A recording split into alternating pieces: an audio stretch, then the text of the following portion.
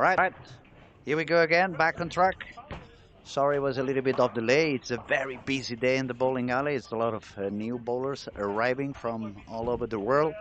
I also took a little bit of time to have some lunch in between breaks, and today we have a kind of a special event right after the second squad. We're gonna have a big party with a big buffet. We call it dinner with the pros. It's gonna be also friendly kind of competition called the Iceman Eliminator, which it's going to involve as many of the bowlers, of the amateurs bowlers who want to participate. They're going to have a chance to bowl with the pros, and we're also preparing a little bit of music stuff and all over the. Yeah, it was a little bit all over the place, so it took me a little while to be back. But I don't think I haven't missed much of the action. This squad, it's a little bit lower scoring pace at the moment. We have Santu Tabanainen. He's former PBA Rookie of the Year. I think it was 3 years ago.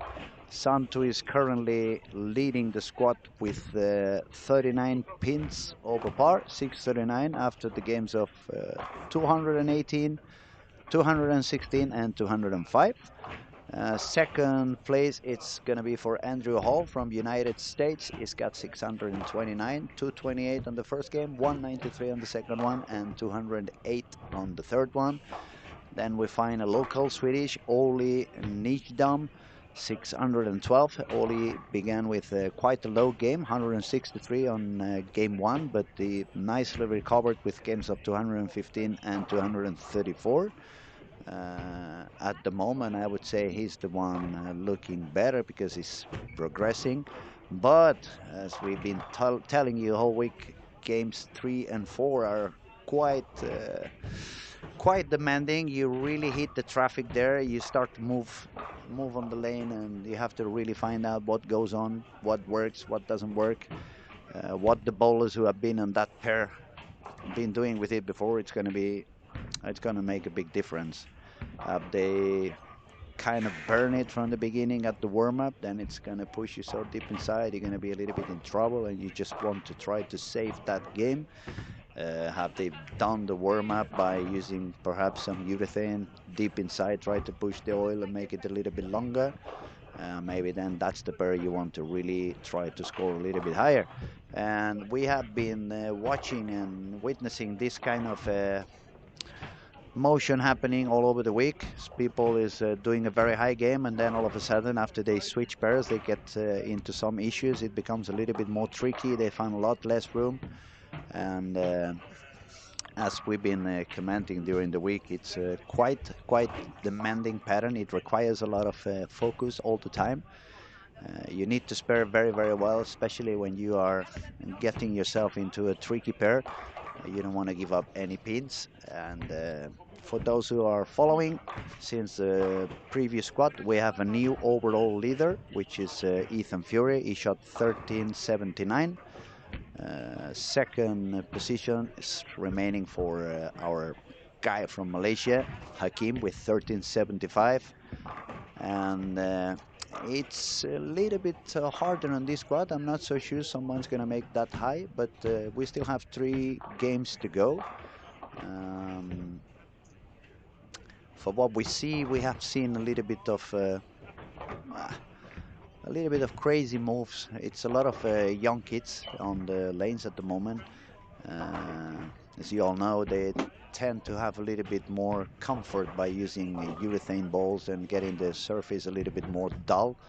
And they get used to gripping the ball quite hardly and just produce the speed by pushing it a little bit stronger. And this pattern we are bowling on, it doesn't really give you much of a chance. You really need to be super consistent and talented in order to succeed that way.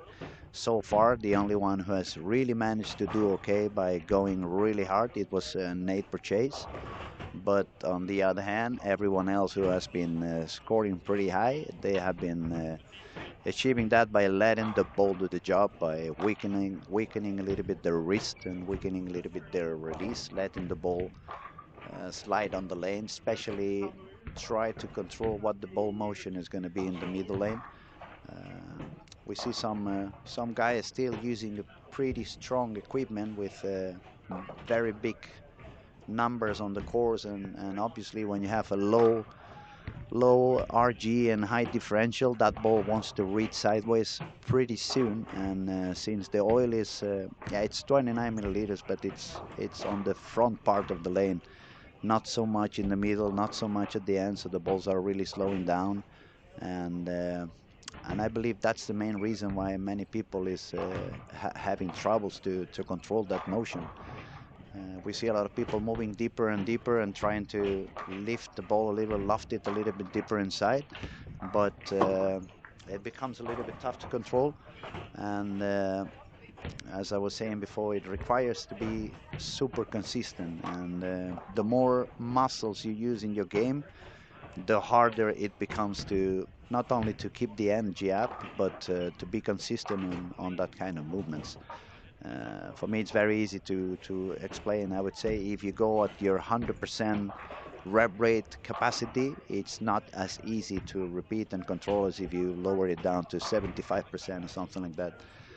Um, from the bowlers on the lane, at the moment, Santu is probably the one that's letting the ball do a little bit more of the work by itself. It's not really gripping in that much. Santu has a very high speed legs, very nice power step, and yeah, he's a big guy. He's got a big arm and wrist, so he doesn't really need to do much to get the ball rolling and moving in the lanes.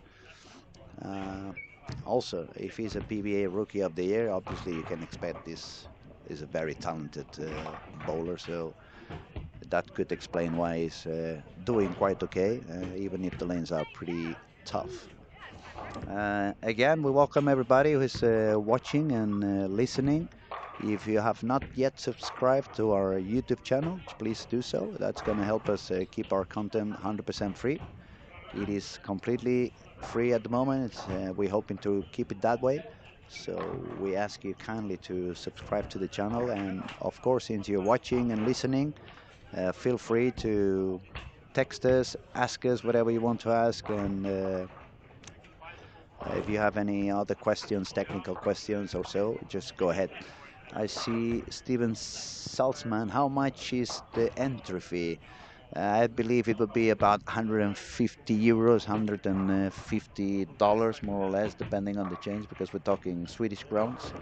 So I think that the change is about that, approximately 150 euros or dollars.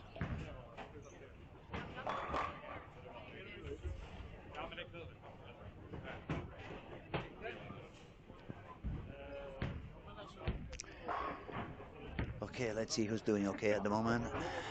Game number 4. We have a few strikes on lane 18 by Niklas Fritz.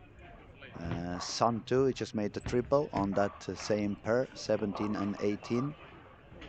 Um, Andrew Hall doing okay on lane 19 and 20 with a triple and 2 spares. Andrew is sitting at the second position on this squad with 29 over. So between Andrew and Santu, everything is pretty tight at the moment. Then let's see if I can find Oli, which is the Swedish guy who's on third position.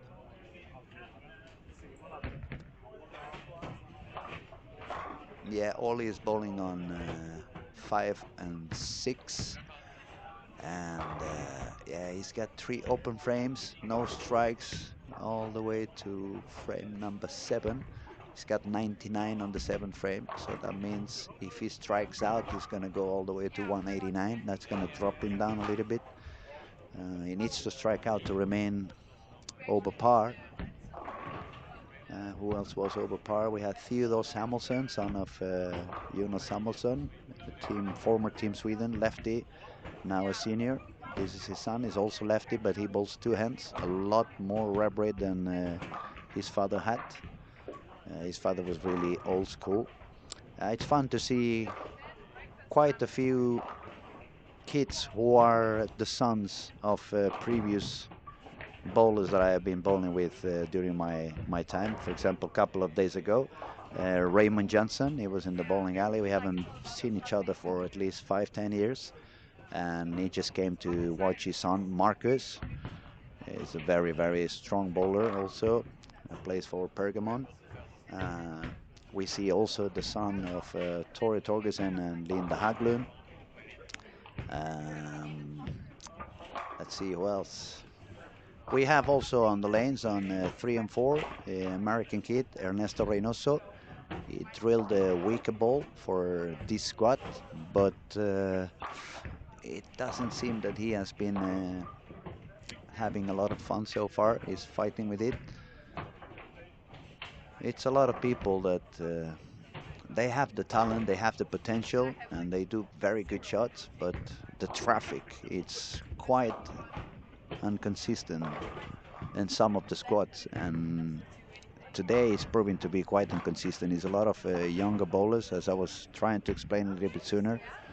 They have gotten so used to just grab the urethane and make the ball a little bit dull that it's becoming a little bit harder for them to control what goes on this kind of pattern. You really don't want to give any surface to the ball. You really don't want to get stuck into urethane.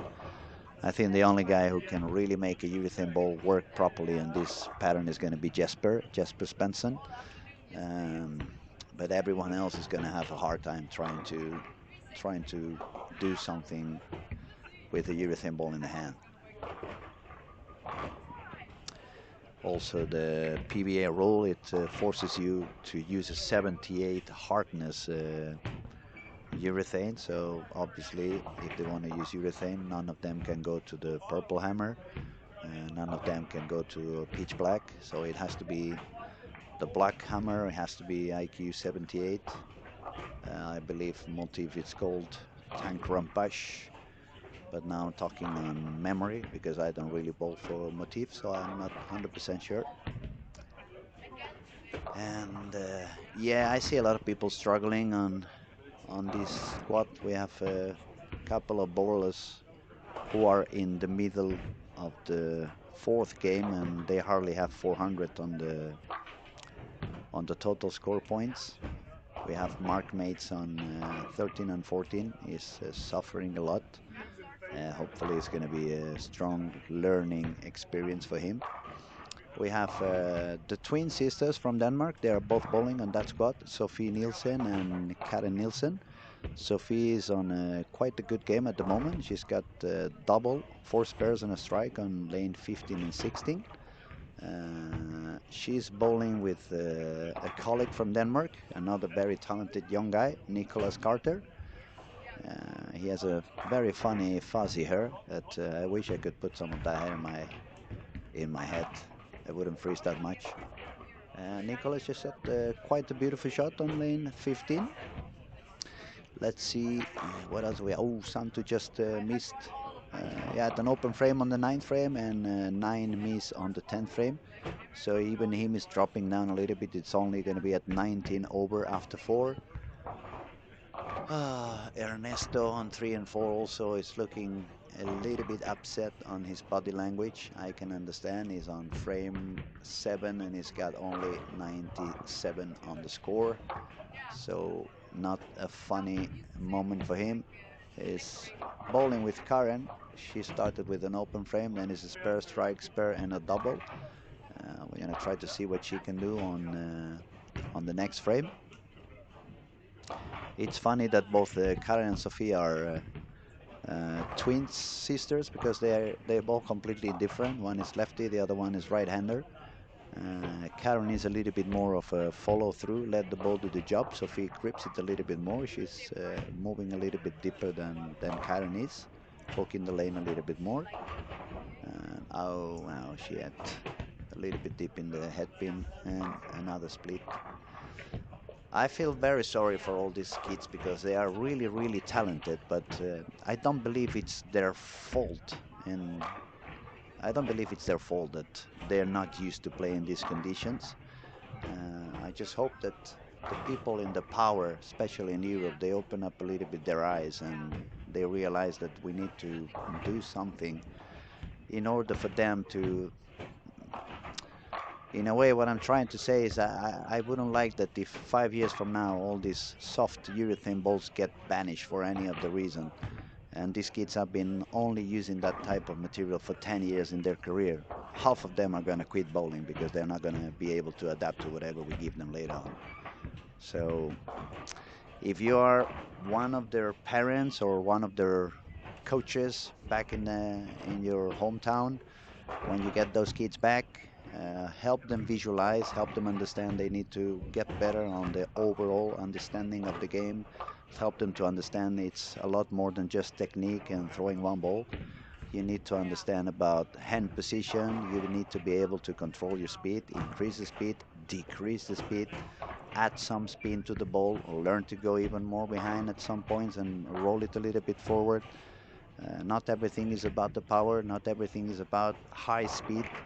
And yeah, if you really love those kids and you want them to succeed for many, many more years, and all these kids at least have another 25 years of bowling ahead of them, help them visualize that, help them understand that, and you will be doing a great favor, not only for them, but for bowling in general. Okay, let's see who's doing good. On lane 1 and 2, Noel Torgersen is looking pretty strong on this game. He's got a double, three spares, and triple heading into the ninth frame. Where was he at the moment? And Noel, I don't see him on the top 20, so he had to be more than 45 below the par. And we see more of what we were seeing on the previous squads, but this time is a little bit more exaggerated. For example, I'm going to read some of the scorings game by game by the bowlers, and you will see what I mean.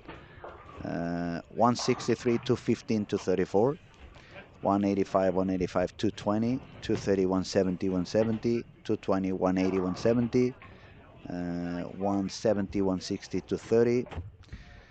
180, 160 to 20, 180, 180, 180, 160 to 100, 190, 160 to 30, 160.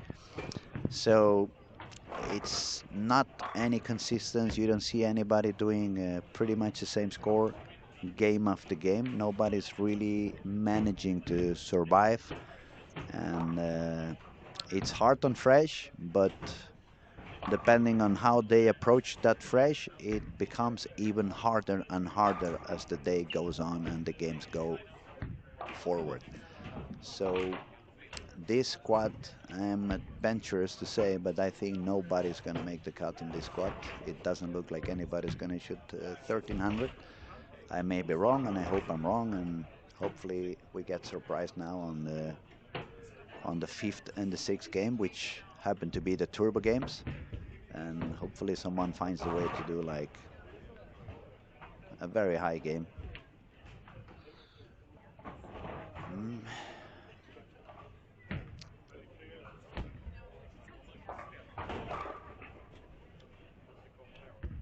It looks like the highest game we're going to see on at the moment is going to be 220, 235 perhaps by Noel Torgersen.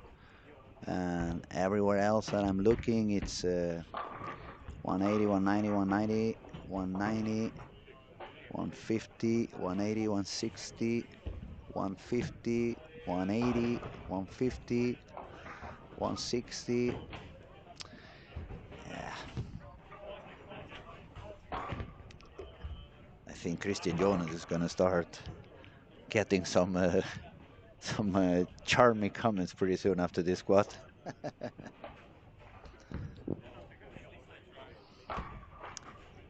But on the other hand, I believe it's good that these things happen, because that should help them realize, okay, I'm very, very good at what I know what to do, but I'm not that good on this kind of a different approach into the game. So it's going to be a good waking up call for many of them, and they're going to have to realize how to function differently than they have been doing at the moment. Hold on a second. I see we have some commentaries.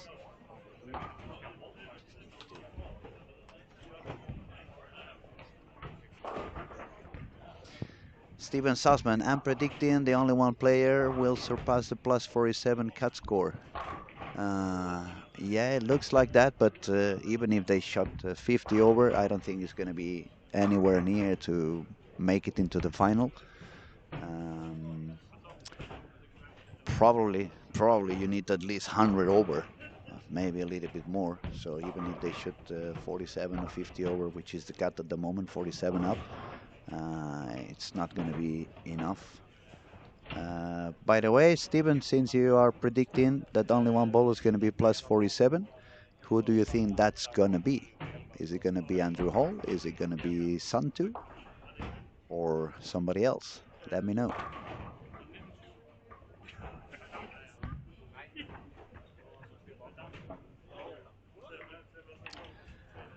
Okay, Andrew Hall spare on the 10, so he's going to go for a 210. He's going to remain uh, over par. He's going to be on 39 over if he strikes, which is going to give him the lead of this squad due to Santos' 180 game.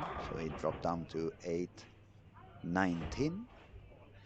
And no matter how much I try to see, I don't see any other 800 over there yet. Mm, mm, mm, mm. No, I only see Santu and Andrew Hall currently on a over 200 average. Okay, Andrew Hall decided to try something different on the 12 frame, but it didn't really work out so well. He's got a wash out, so he's ending with a 207 and 836 on his score.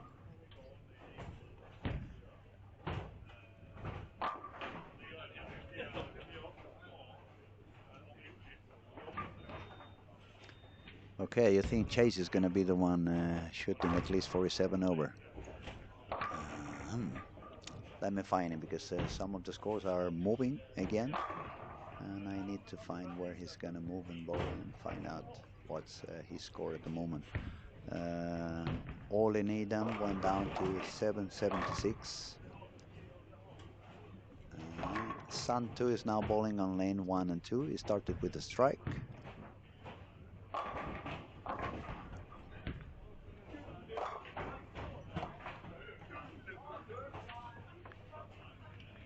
Yeah, Chase is on 3 and 4.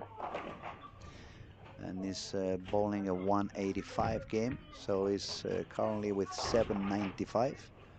5 below the par.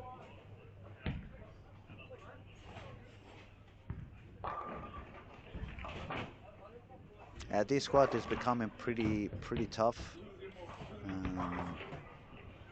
I still believe it has to do probably with the presence of so many younger bowlers. They're not that used to this kind of pattern anymore, and it's pretty demanding. They get a little bit exhausted. If you are now watching, if you go to lane 15 and 16, you will see one of the things that's happening quite a few times. I think this is the 4th time already I see somebody just taking the 6 and the 9 pin. So that means you miss a little bit out, the ball skids way longer, and you get yourself into trouble.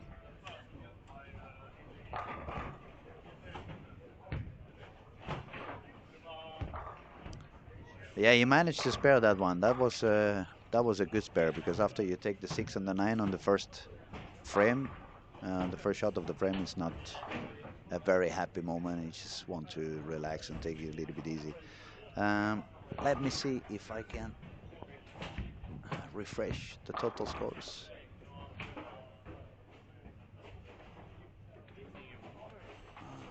There we go. Now we need 1 more minute. There was some bowler that was just making the 10th frame, completing the 10th frame. So I need a couple of minutes before I can refresh and find out the scores for everybody. But yeah, very good bowlers with quite a low score at the moment. So it's probably one of those squads that you are not going to be happy that you've been bowling on. Ernesto Reynoso, for example, is with 676 after 4 games. I'm sure it's not what he was expecting to see on his score, especially after he drilled a new ball to try to overcome what he's finding on the lanes. He had a very good reaction on fresh, but he was having a little bit of issues after the first couple of games. And unfortunately for him, today he's not only not working on the middle games, but he didn't start as high as he usually does. He's just shot 201 on the first game, and then he's got 159, 177. The local hero, Carl Walgren, also fighting a little bit with the lanes. He had 225, 182, 178. We'll try to find out how he's doing after those 3 games. Let me try to refresh one more time. Mhm.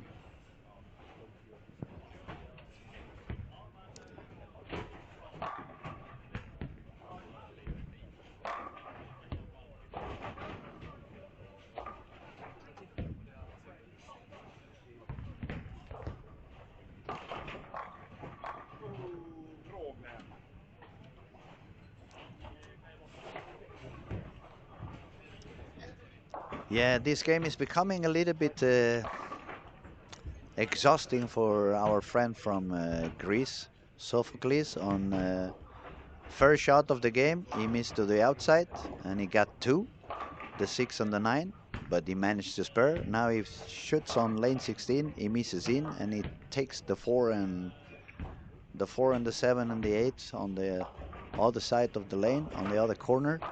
So that's a 2 spare and a 5 spare. He's probably very happy that he has managed to save both spares. Um, but it has to be exhausting. I mean, I see this happening to a lot of bowlers at the moment when the energy starts to run on a little bit lower, and the brain doesn't want to carry on with that kind of suffering feeling that the game is becoming very hard and it's a little bit disappointing. And then, you kind of want to give up, but these lanes are not allowing you to give up. As soon as you lower a little bit down your focus, you get yourself into trouble very, very quickly.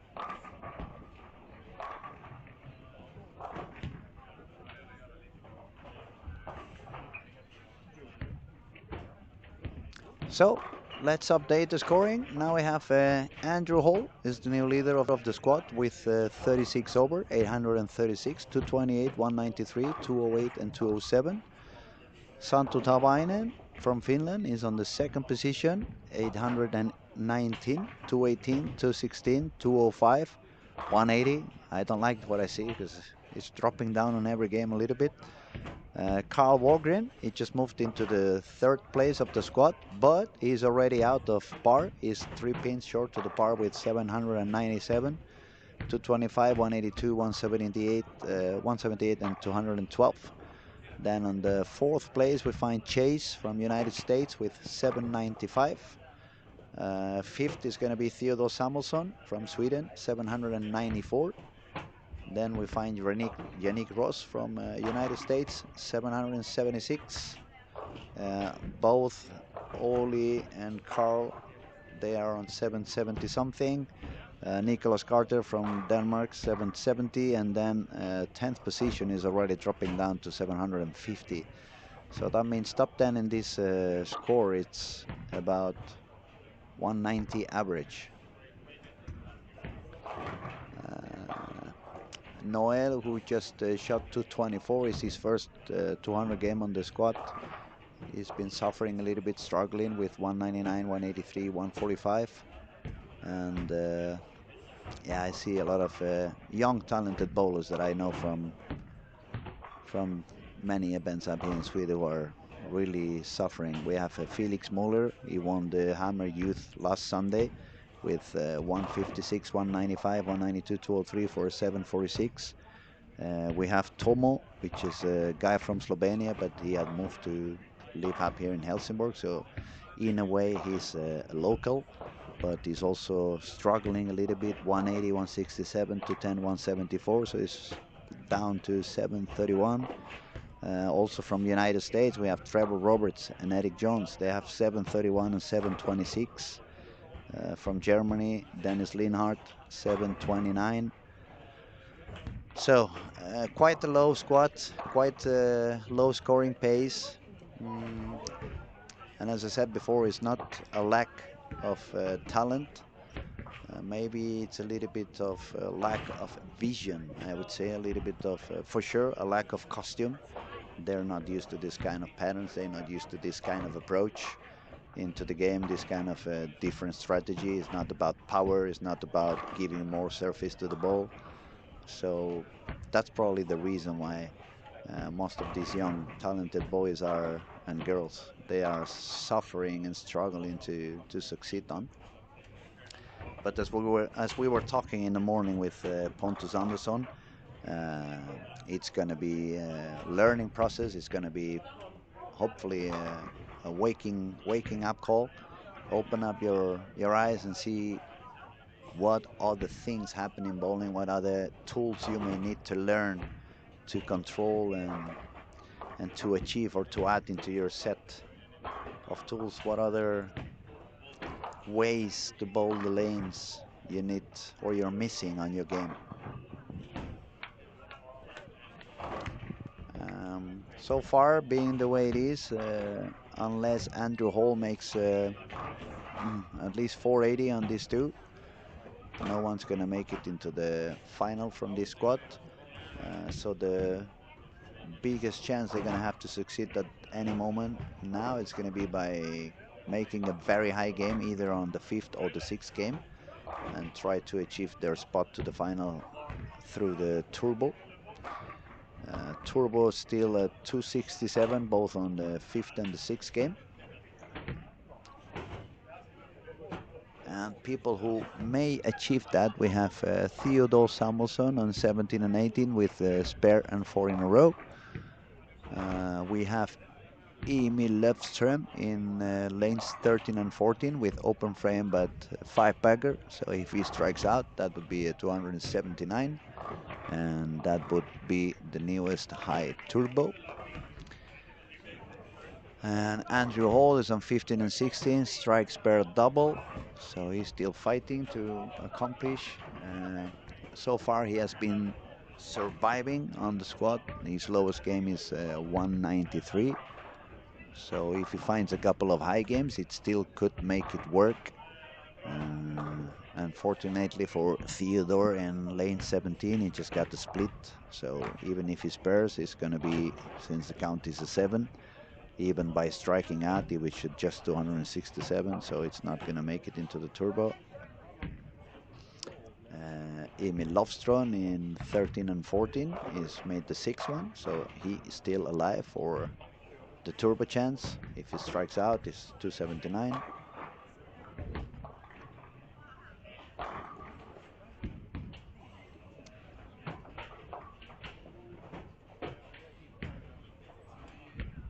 Sun 2 on lane 1 and 2.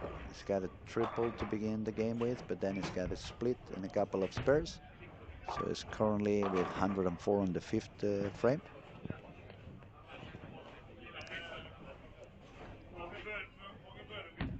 And we don't really see any big games anywhere else in the alley at the moment.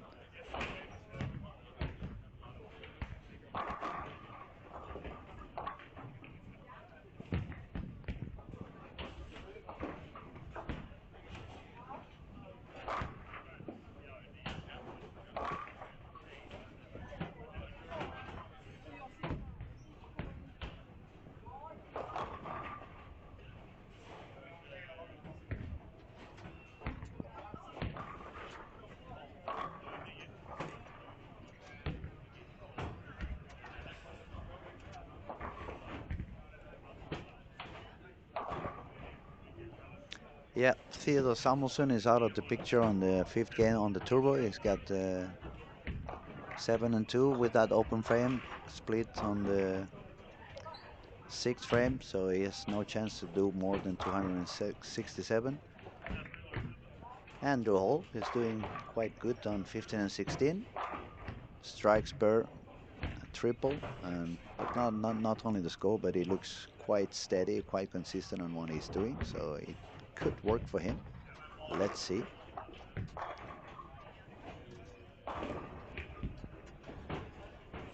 Now let's see Emil making the shot on lane 13. Quite deep inside, lifting it quite deep in there. Ooh, it was almost a solid 10, but he got it down. That makes it 7 in a row. And he's still alive. He could still make the 279 and make it into the turbo.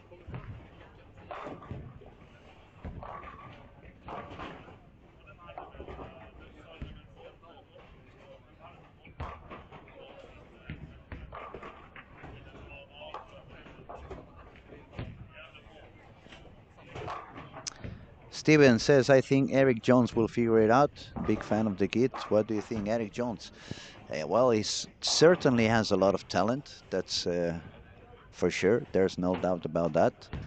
But I believe many of those guys are just, since the squad's not going to pay out for them, they are trying different things, different approaches, trying some different lines and areas to see if they can perhaps find something that could work on the next squad they ball on. Um, it's hard to say. It's hard to say because it's not only about how good you can do it and how smart you approach on the next squad that you ball on, but unfortunately, it's a little bit of depending on who you follow as well. It's going to become a little bit easier or a little bit harder. So it's not only about you, but also a little bit about people around you on the lanes.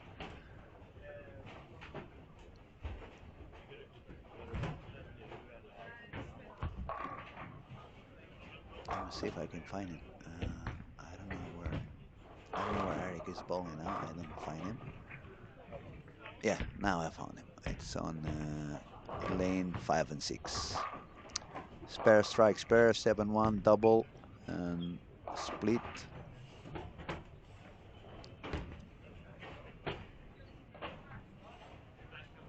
Well, that body language tells me he's a little bit upset. For sure, he has a lot of talent. I believe he can find any of the spots, and that is not only for Eric. That is for many of the guys on the lanes at the moment. I mean, if we think about Ernesto, Noel, Carl Eklund, Santu. I don't know. It's quite a few of them that if they find a spot in which they can bowl a little bit comfortable, these guys can score really high. They can really get a bunch of strikes and very high series and very high games. But it feels like you need to get everything together. You need to be on the right spot. You need to have the right ball on the hands. You need to be doing the right things with it. And it's not one of those patterns that allow you to do whatever you want to do. It requires you to do what it's required. It requires you to bowl with a lot of consistency, a lot of focus, a lot of concentration. Uh, I'm getting almost tired to repeat that I don't understand why people is using such strong cover stock and strong core balls, because then the ball is reading way too early and it's forcing them to overdo so much that then it's almost impossible to repeat. And I'll say it again, except Nate Purchase, and he was amazing to witness yesterday by making very strong shots and with a lot of high speed and kind of even lifting it a little bit, lofting the ball a little bit. But everyone else that I have seen succeed on this pattern at the moment, they have been letting the ball do the job instead, and they are they have been bowling with a little bit of a weaker release, weaker wrist, to try to especially control the middle lane and make sure that the ball goes long enough Um, and for sure, they have been bowling with a lot tighter angles. No one is really trying to go all around the alley, all around the lane, because it's not going to work. Now, you're going to let me talk again about Emil Löfström in lanes 13 and 14. He got a split on the frame 1, 8-1, but now he's got 9 in a row. He needs one more strike to go for the 270s, which would actually put him on the first position on the turbo on game 5. At the moment, he's 267 for Kyle Trupp. So this is a crucial shot for Emil. Oh, not what he wanted. Even a 9 spare would have been enough, but he had 7. He left the 3-6-10. So that's going to drop the game down to 266 if he spare. He's going to be 1 pin short to the turbo. But that was a very, very good game, very good effort. While we see everyone else kind of suffering and crushing, the fact that he managed to do a 260 something, it says a lot. Again, as I said before, it's a bunch of very talented kids out there in the lanes at the moment. It's just the pattern is very, very demanding, and they have not been used to bowl in this kind of conditions for quite some time. Maybe they find this twice a year, and these kids are bowling at least 50 times a year, 50 weekends a year, and yeah, probably bowl twice, 3 more times during the week, practicing in leagues and stuff like that. So if you bowl 150 times a year and 145 or 146 are in easy patterns with a lot of room, where the only thing you do is give surface to the ball and hit it as hard as you can, when you have to do something completely different, it becomes really, really difficult.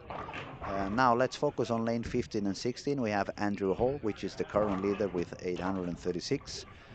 Is throwing down on lane 16. Is on the front of the ball return. He manages to get a pretty high flush strike. So strike 9 spare, 6 in a row. That's gonna help him go higher and higher and higher. If he manages to strike out, it's going to be a 280. That's going to be not only good for the turbo, but it would put him with a score of 116 over and give him a chance to do afterwards on the 6th game another maybe 220, 230 and secure a spot in the final. Let's see what goes on. A couple of frames to go for him.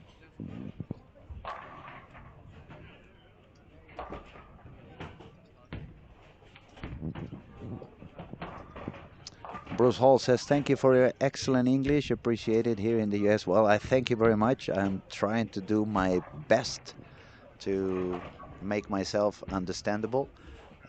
Please apologies and excuse me if I do any mistake. Obviously, English is not my own language. I'm from Barcelona, so I use either Spanish or Catalan as my daily basis language. And also up here, I speak a little bit of Swedish with some of the friends. So sometimes my brain goes a little bit blurry and starts mixing words and languages. But I truly appreciate your comment, Bruce. Thank you so much. Okay, let's see. Andrew Hall's gonna make a shot on lane 15 again. So all the way to the 9th frame. It's gonna be very important for him if he gives himself another strike and gives himself the chance to strike out for the 280 game. Let's see what goes on.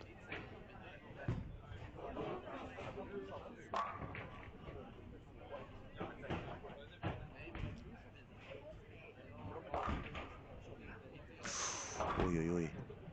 Yeah, he missed a little bit in. Not fun. Let me see. 87, 207, 27. No, 257. So the turbo is not going to work anymore for him. But if he spares and strike out, that's going to put him on 93 over. And he would still be quite alive to try to make it into the cut at the end of the week. If he makes another I'd say probably 230, 240 on the sixth. Um, we'll have to see into which pair is he gonna bowl that last. Oh no! Don't tell me you're gonna give up that spare. Ay ay ay. 51 over for him with 10 frame to go, so he would with the triple go all the way to 81 over, and it's gonna be by far the leader of the squad. Second position, I think it's gonna remain for Santu Dubainen. He shot 210 on lane 1 and 2. He's got a triple and a double, but he's got a split on the fourth frame. And let's see if I can find someone else over par. It doesn't seem too easy to find someone over par at this squad. Yeah, Chase. Actually, I remember someone was talking about Chase a little bit sooner. Chase was hitting with 795 after 4, but even if he had an open frame on the ninth, he got the 5-bagger, so if he makes a triple now, it's going to be at 233, and that would put him all the way out, up with 28 over. Let's see.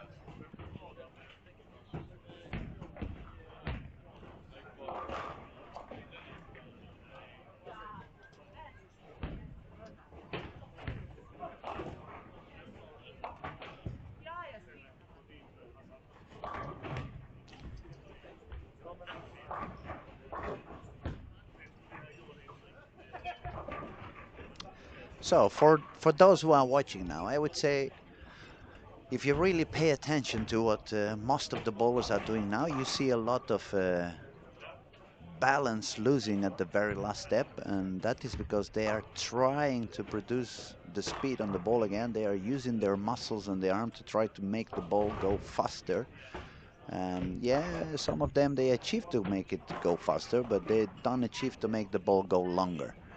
And that's why it's not paying out, and that's why the scores are getting lower and lower. And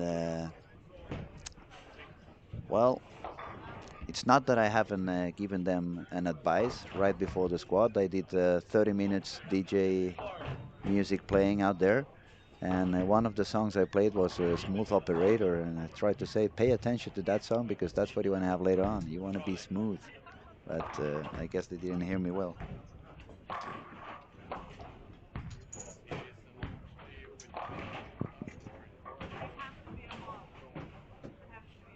Okay, Andrew Hall left the 7-pin on the 10th frame, so if his spares is going to be 235 for 71 over. Uh, and Santu is gonna move into 5 and 6, sitting with 29 above par. And Chase is gonna be the third bowler above par with 18 over. So it looks like we only have 3 bowlers above the par at the moment.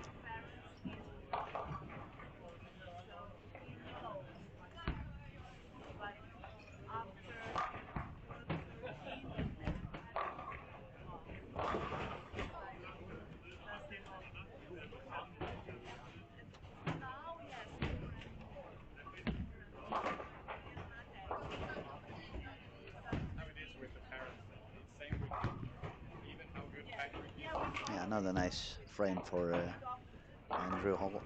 Nice shot, 235, 71 over. Um, Obviously, everybody still has a chance to make it into the final on this squad because we are on the 6th game, and that is a turbo game. If you manage to do a very high score, at the moment it's 267, so you need to go for at least 270 something, and that could give you a chance to make it into the final. But in overall scoring, the only one that really has a chance at the moment, it would be Andrew. So let's see what he can do on this 6th game.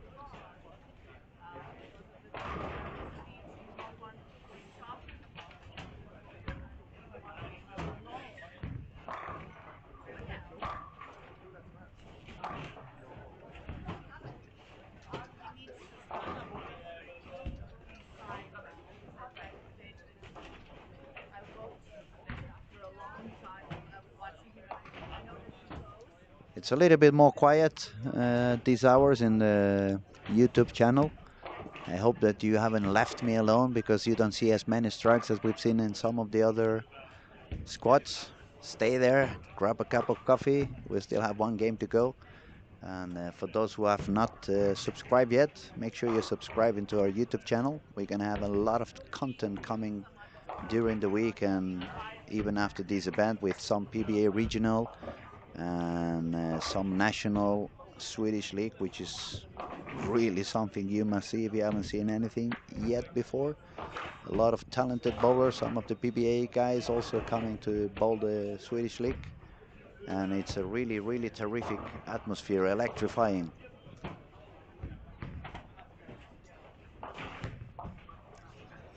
Did you see the future? Did you see any future after touching my crystal ball? See what? We have the man of the hour giving a name to the tournament. Welcome, buddy. Martin Larsen. It's a pleasure to have you here, buddy. Tack så mycket kompis. Thank you very much. Borsha good, Borsha good. I guess, guys, you've been golfing during the day with the other PBA guys and having some fun. I saw Barbara was also golfing a little bit. I hope she had a lot of fun. Unbelievable. We were out at a nice place called the Leading Air Resort, which is just outside Helsingborg.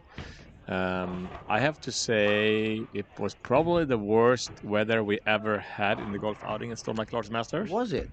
But it was still great. Wow, wow, wow. Was it windy or? No, not very windy. It's Not a little so cloudy and little bit of there was a couple of raindrops coming down. Uh-huh, okay. And so it was absolutely nice and great to golf in, but it's still the worst weather we had because it's been unbelievable the other years.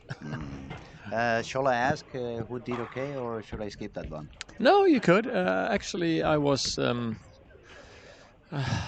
unlucky again. I don't know how I can be called lucky. I was unlucky because we were 48 players that entered the event, and in golf you try to divide everything with 4, so 48 is perfect. And I was number 49, so I thought maybe I'm just going to be the alternate. I mean, 48 guys, somebody's going to oversleep or not show up. No, 48 showed up. Oh my. Yeah, so so you've been driving the boogie around. Actually, I tried to get some steps in instead. So I was walking around, giving high fives, giving I did hassle them a little bit and laugh at them a little bit. And, That's good. Yeah, I just had a good time. So you think the guys are ready for the big show and big event we're going to have a little bit later on? I've been explaining a little bit about the big buffet we're going to have upstairs and the show we're going to have with the Iceman Eliminator. People's going to have the chance to bowl with the pros and they're going to have the chance to win some prizes and so on. And as I've been telling, it's a lot of things going around the main event. It's not only about the PBA title, but it's a lot of things happening around. We had some mental game seminar at the beginning of the week. I know Matt McNeil is going to be coming to do a couple of 2 more seminars on equipment and layout. Then Christian Jonas is going to do a very interesting seminar that I'm really looking forward in which he's going to talk a little bit about lane profiles and stuff like that. Yeah. I think it's super interesting. Yeah. And I also heard you're going to have a very cute international DJ coming later on tonight. Oh yeah. Just kidding. Get some commercial in there, Haas. No, it's you're right. It's a lot of things happening around the event, and this is a big bowling event, and it's very serious for a lot of guys. It's serious for some bowlers coming here to try it the first time. It's serious because there's a bunch of guys actually making a living out of it, and we still try to kind of break that seriousness a little bit with having some fun. Like today is a little bit different. Like a bunch of guys go out golf, but tonight it's also all about connections and having a good time. Talk with people that you maybe don't see anywhere else. Absolutely. Relax. I think it's wonderful that for so many of the amateurs bowlers that they only get the chance to see those big stars on the YouTube or on the pay TV through the satellite connections. the fact that they can not only see them bowl live, but they can get the time to get to know them, maybe get an autograph, take a picture with them, talk to them for a little while, and really discover how open they are and how humble and how easy it's to talk to them. I think it makes the week more than worth it, and I keep telling everybody I know, you guys have to come up here because this is a lot more than a bowling event. It's like a friendship reunion, and it's a big family of bowlers. And the only big difference is that a few of them are making their life on the sport, and the chance to get to know them better, the chance to have fun with them and get to know them, get a picture, get an autograph. I think is also inspiring. It's motivating for the especially for the younger kids. Today we had to talk a little bit sooner with Pontus Andersson. He was Mm-hmm. joining me on the first squad streaming. Nice. He explained he has come with 13 kids from the bowling school in Nässjö. Yeah. He has been explaining a little bit of the history of the Swedish bowling school. He told us how many world champs you guys have Yeah. came out Yeah. after being in that school. Patrick being one of them. Yeah, exactly. Actually, Patrick's father, I think, he was the one who started the bowling school in I think Nässjö, so too. Yeah, Christer. yeah, he was one of them for sure. Yeah. And my first coaches were coming from that school as well. Patrick Bowman, Thomas Leandersson. I mean, all of them have been at some point they have stepped into Yeah. those. No, that Necro place is great for sure, and basically the one of the things that we were really keen on when we started this tournament was to try to get some great bowlers over here, because I think personally, when you see a idol or a superstar of the game, it makes you want to get there. It makes you want to um, lace up the shoes one more time, practice a little bit harder, learn more, and we really try to give the people a chance to do that here, both to see them, talk to them, maybe bowl with them, and in this case also maybe listen to some of the good ones like Matt McNeil and Chris Jonas to get to learn more, because it's a complicated game and you don't learn it. You don't become a pro in on 15 minutes No, or a no, day. no, It takes no. a long time. It takes a very long time. It takes a lot of discipline. It takes a lot of will. You really need to put yourself into a lot of working process in technique. But the game, the game has been evolving. The way the game has been evolving, it now requires a lot more than just having a good technique. Hmm. It requires a full understanding of the lanes, how to read the lanes, how to adapt to whatever the traffic is causing in those lanes, instead of blaming the lane guy Yeah, like we did 20 years ago when well, we we can had no still no. do that, huh? Yeah, but now we just do it for making some fun on him. But understanding the bowling balls today, understanding for me one of the things that it's crucial nowadays. I don't know if you agree with me. It's understanding how the pin fall. If Hmm. you don't really understand how the pins are falling, you're never going to be sure, am I on the right angle? Am I having the right ball? You can have a perfect technique and be on the right spot on the lane in which you find some margin of error, but if you have the wrong ball in the hand, it's not going to carry as many strikes as you need. Yeah, And I actually I was talking to Thomas, the guy who actually helped us a lot at Scandic Oceanhamnen, which a lot of the bowlers are staying. We got a great rate and a good collaboration with them, and Mhm. he was with us golfing, and he was out here now watching the game, and he doesn't really understand it. Understand. Mhm. And I said it's basically like if you take a 9 iron and try to hit it 200 meters, you basically nobody could do it. No.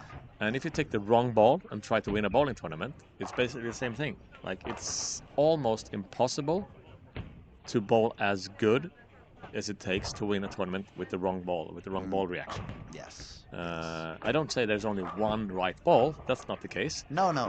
But No, you no. need to be lined up and have some kind of close to the ideal ball to win a tournament like this. I remember when I was a kid, we used to think about the bowling balls, which one hooks most and which one hooks less.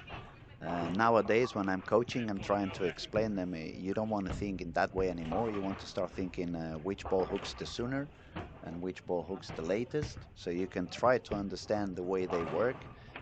To give you an example, I don't want to use a ball that reads super early with a break point very deep inside in the lane, because then the angle is going to be super weak and it's going to be hard to carry. On the other extreme, I don't want to have a ball that hooks super late, having it too far on the outside, because then the angle is going to be super strong. And when I hit the pocket, it may strike, but as soon as I'm a little bit outside of the pocket, I'm gonna leave the six pin. I'm gonna leave some splits and stuff like that. So I think the idea of you guys having some seminars around the main event, especially when you have all these beautiful ideas like bringing youth team Sweden, now the school from Nässjö, for all these younger generations, the fact that you give them tools to get better knowledge, tools to understand the game a little bit better, and especially, as you said before, the motivation that it gives you to meet your idol and to see him bowling live. I remember when I was 14, 15 years old, and Thomas Leanderson, he teach me how to bowl. Not only I was trying to do what he had learned me, but I was trying to mimic his shot. I remember I managed to do the first two steps the Yeah, same way he did and stuff yeah. like that. So all that extra motivation, it's crucial for you to not to get tired of what you're doing, and in order to stay motivated to grow as a bowler and learn to be better and better and learn more stuff and become more successful. So it's a very nice week. I mean, it's my favorite bowling week in the year for sure. I appreciate it, buddy. Yeah, yeah. It's my hardest working week of the year. I'll I tell you believe so. that. That I can understand. It's also my favorite week. I love it down here, the Helsingborg city, the Patrick and his crew, all the people around it. I know my name is on the tournament, but there is so many guys, including you, Louis, Oh, thank you, including buddy. Chris Jonas, including Daniel, Jonathan, all the crew in the bowling center. I don't think there's too many out there that understand how many hours we actually put down to get it here and to try to keep as many as we can happy. Of course, scoring pace this week is going to be a little rough for a lot of people. And the one thing behind that is I really want to have different type of ball motion from year to From year. one year to another, Yeah, exactly. I don't want like Jesper had a great year last year. Actually, 2 years ago he was bowling well as well, and he might do it again. Who knows? But I don't want the thing that everybody knows. Okay, I'm going to go to Helsingborg and I know I'm going to throw that ball at that arrow and it's just going to be fine. So we want to try to mix it up, and this year it's a little deeper inside and it's a little tougher, flatter. Reminds me of some of the first tournaments I had on tour when I got over there, and it was basically a slap in the face. Like, if you think you're good, and then you got out on this, if you don't throw it good, it will hurt. It will sting. It's funny you Uh, say that, because I've been mentioning the previous games just before you arrived. I was talking about since it's so many of the young kids from the Nässjö bowling school and a few more other super talented bowlers like Carl Eklund himself, and Tomo, for example, is from Slovenia and he moved into Helsingborg. He's bowling now in Helsingborg.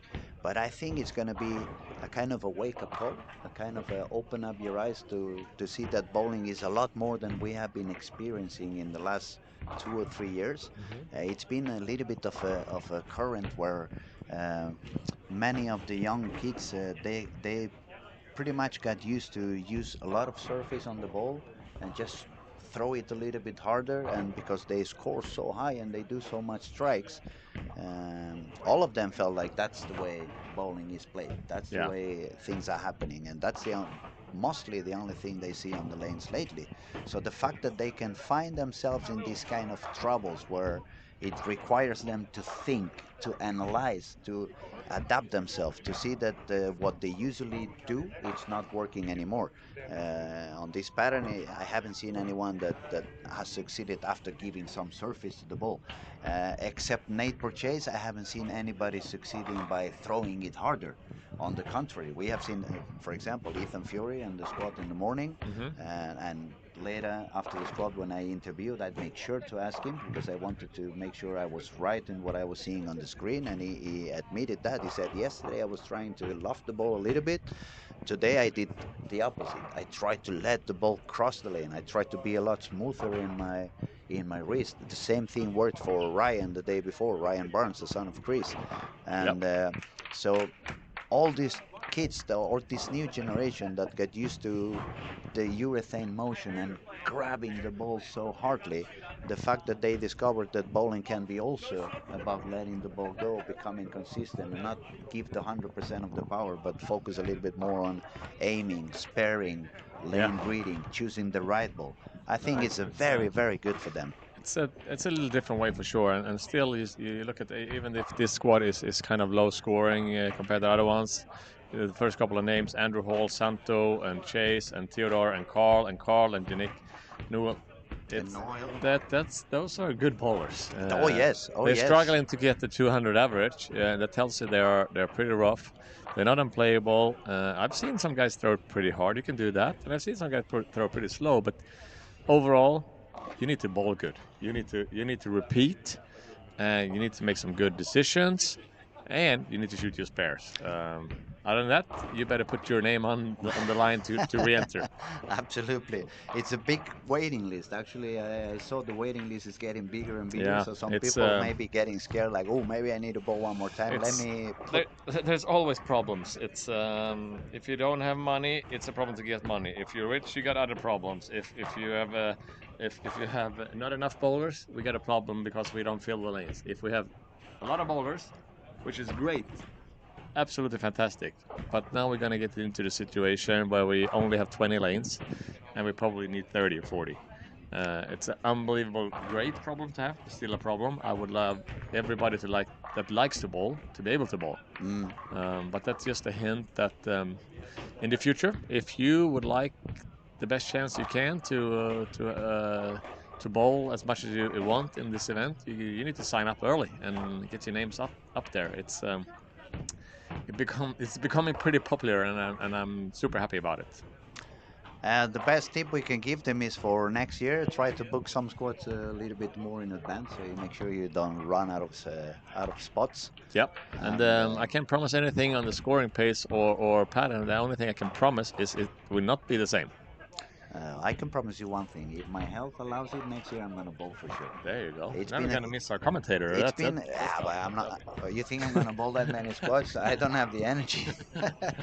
I would bowl a So what couple. do we what do we have here? We have Andrew Hall at 71 over, and he is bowling on he's up there on lane. 11 and 12. I haven't been Uh, commentating enough to 11 and he's 12. only got one strike, one open frame, so he's He not. needs a couple of one. Yeah, he Yeah. needs a few strikes over there. Actually, Same pair as Chase Nadeau. It's another great bowler from the US here for the first time. Actually brought his family. Lovely. I know his dad used to run some big events in Vegas back in the days when we started going there. Uh, so that's a pretty good shot right there, huh? But he's been doing quite good. It's been very good to see. Also, if you look at his score, he hasn't really fallen steady. down in any of the games, and that tells you a lot. I mean, we have seen when I look at the scores, I see a lot of 160, 170, 140 games, which are super expensive for many of the kids over there. And one of the things I'm liking about Andrew is that he's so focused and carry on taking his spares, trying to hit the lane the right way and trying to hit the pocket over and over again. And the thing you see with the good bowlers is like even if they don't really have a chance to score this squad, they're still trying things and they're still throwing shots like it means something and try to get something out of it. There's a bunch of bowlers I've seen like, okay, they don't have a chance, they fool around and they don't care and they just want to get it over with. Yeah, get it That's over, but then you lose you yeah. waste a great You don't opportunity to exactly. learn something for the next squad you're gonna bowl on. If you pay the money to enter this one, and I think you should take the advantage of trying everything you have because it's hard to practice on those conditions. Yes. Wherever the lane takes you when you bowl in this environment and this field. So it's that's a tip to take with you. Always try something. Always try to learn something. Pick up something. The one thing I see, like look at the scores. There's actually no really high game. Like I see a 230. I don't see a 240 for the whole block. So it's maybe this block started off Uh, they maybe start a little During the wrong. warm up, it was a little bit messy, I must say. I was Hmm. standing out there looking at the people doing the warm up. I like to, because it's a little bit harder when you are on the screen. You Yeah. don't see exactly what balls are they using, how much or how little surface is on it. Yep. And so I spent a few minutes out there, and it both happened in the morning, but especially even more now in the afternoon.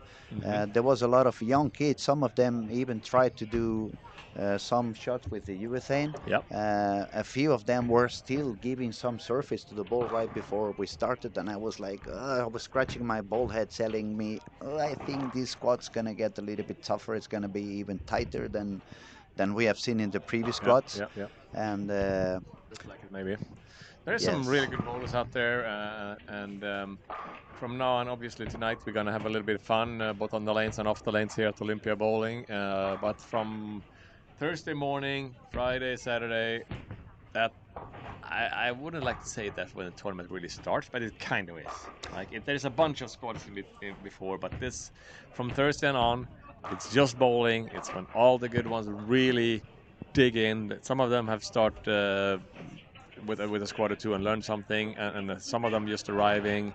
But then it's when it's like game on, really. yeah, it's gonna be gentlemen, start your engine, go for it. Yeah. It's gonna be all the PBA guys are gonna be here. All Team Sweden's gonna be here.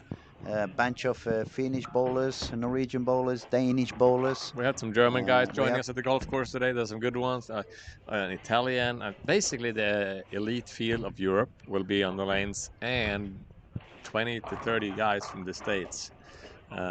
So I wouldn't feel too secure with any score. Well, the top 10 guys so far, I think they're good. Uh, but that's the whole thing with the early birds, to give the Swedish bowlers and the Danish bowlers that are close a little extra chance to get there, a little cheaper, and some extra spots to bowl for. But there could be a lot of change in the scoreboard those next couple of days for sure. So finally, we are almost reaching the end of the squad. We're gonna leave you guys pretty soon. Unfortunately, no one's gonna make it into the turbo. I remind you, it was a 267 game on the previous score, fifth game. Emil Löfström, it was so close to get a 270 game. He just left the 3610 on the 11th frame. If he had one more strike, he was already in the 270s, and he would have stepped in front of Kyle, Okay. who has 267 now on the turbo on game 5. It's also 267 on game 6 on turbo, but I don't see anybody reaching those numbers. And if we look at overall squads, I think it was only Santu and Andrew on above Yeah, Santos 1200. making 30 over, and Andrew Hall, unfortunately, is not going to have a good game. He's going to go maximum 209. It's going to take him to 80 over.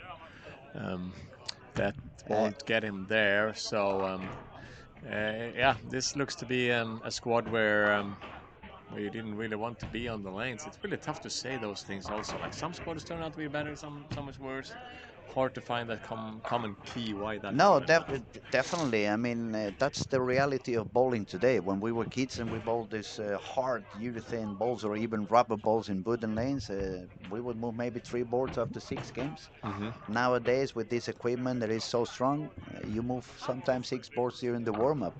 So things happen, and that's the way it is. Um, I think we're gonna say goodbye onto our audience, and we're gonna Yeah, go out there. It's a lot of stuff coming right after. absolutely. Maybe Uh, time for me to go take a shower and fresh up a little bit for tonight. you go take a shower and go out. I'm gonna go out and take an interview on Andrew because he's gonna be the leader of the squad. Let's get some information on what he felt, what he could do better, what he could do worse if he bowled before. See what he felt different happening. Oh, that Well, that was was a rough. a rough, solid 7. Yes. Yeah.